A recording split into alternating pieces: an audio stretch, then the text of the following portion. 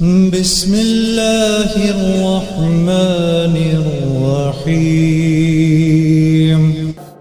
اللهم صل على محمد وعلى آل محمد كما صليت على إبراهيم وعلى آل إبراهيم إنك حميد مجيد اللهم بارك على محمد وعلى آل محمد كما باركت على إبراهيم وعلى آل إبراهيم إنك حميد مجيد. قابل احترام بھائیوں، دوستوں، بزرگوں، دنیا کے اندر انسان حقوق کی ادائیگی کے لیے آیا ہے.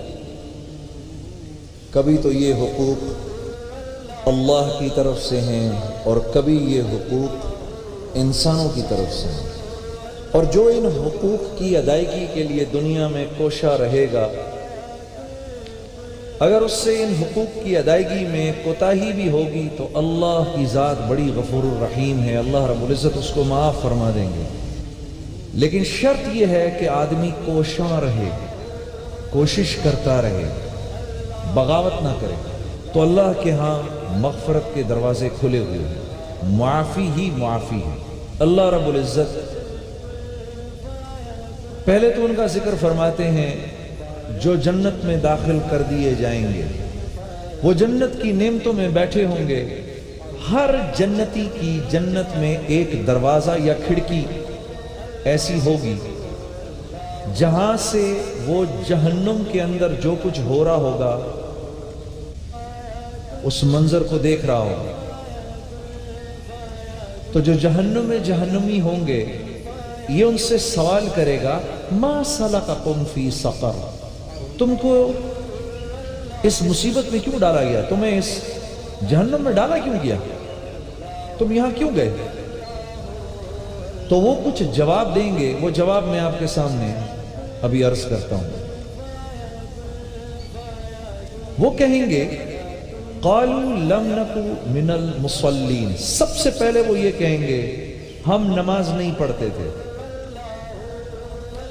یا نماز کا انکار کرتے تھے.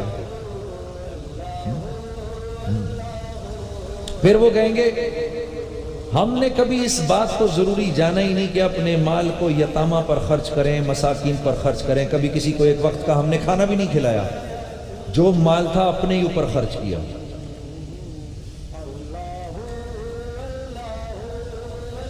اور جو لوگ جب لوگ دوسروں پر طعنہ زنی کرتے تھے، جب لوگ دوسروں کا مذاق اڑاتے تھے، اور جب ہم کسی انسان سے حق بات سنتے تھے تو ان میں جو لوگ انکار کرنے والے تھے ہم ان کا ساتھ دیتے تھے، چاہے خود انکار کریں نہ کریں، لیکن ہم حق بات کو سننے کو بھی تیار نہیں ہوتے تھے. تو جو ان باتوں کا انکار کر رہے ہوتے تھے ہم ان کے شانہ بشانہ چلتے تھے. 3 باتیں. چوتھی بات، اور آخرت کا تو ہماری زندگی کے اندر کوئی کانسیپٹ ہی نہیں تھا. مرنے کے بعد دوبارہ زندہ ہونا، کون جیتا ہے تیری زلف کے سر ہونے تک، جب مریں گے تب دیکھا جائے گا.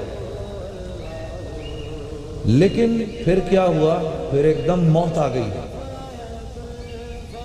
اللہ قرآن میں کہہ رہا ہے ان اجل اللہ اذا جاء لا یؤخر، میرے بندے جب تیری موت کا وقت آئے گا پھر تجھے 1 سیکنڈ کا 1000واں حصہ بھی نہیں دوں گا، فوراً واپسی ہے.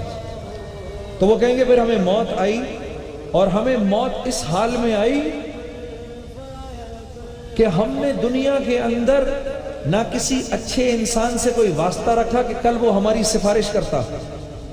تو آج جب ہم قیامت کے دن اللہ کے سامنے جا کر کھڑے ہوئے تو ہماری سفارش کرنے والا بھی کوئی نہیں ہے. اللہ فرما رہے میرے نبی یہ قرآن جو ہے یہ ایک نصیحت ہے، اور نصیحت کس پر عمل کرے گی؟ جو اندر سے دل کے اندر اللہ کی ذات کی خشیت کو رکھتا ہوگا. تو آپ یہ نصیحت کرتے رہیے.